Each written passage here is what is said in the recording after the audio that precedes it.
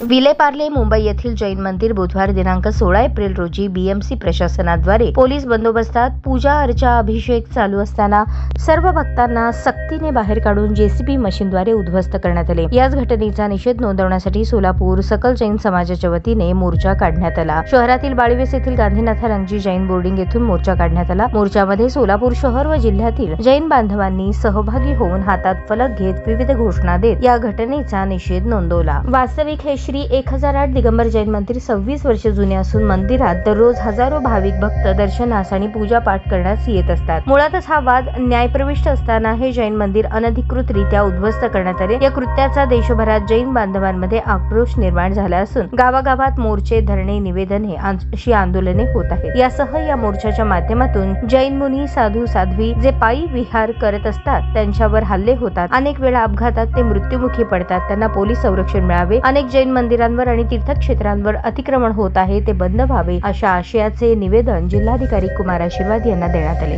जिल्हाधिकारी आशीर्वाद यांना सकल जैन समाजातर्फे आक्रोश मोर्चानंतर निवेदन देताना केतन शहा, सुनील गांधी, कल्पेश मालू, कैलास कोठारी, सुहास शहा, अभिनंदन विभूते, संतोष बंब, पल्लवी मेहता, पद्म राका आदींसह सकल जैन समाज बांधव उपस्थित होते।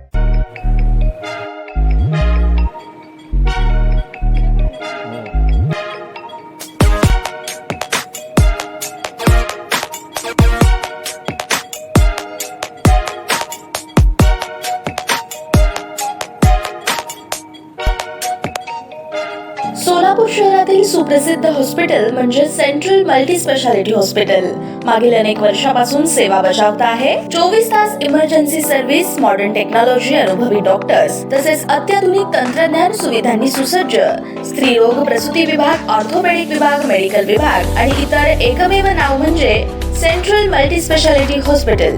पत्ता गणेशपेठ शॉपिंग सेंटर, मंगळवार बाजार, सोलापूर। ताज्या बातम्या पाहण्यासाठी प्राईम महाराष्ट्र न्यूज चॅनलला सबस्क्राईब करा।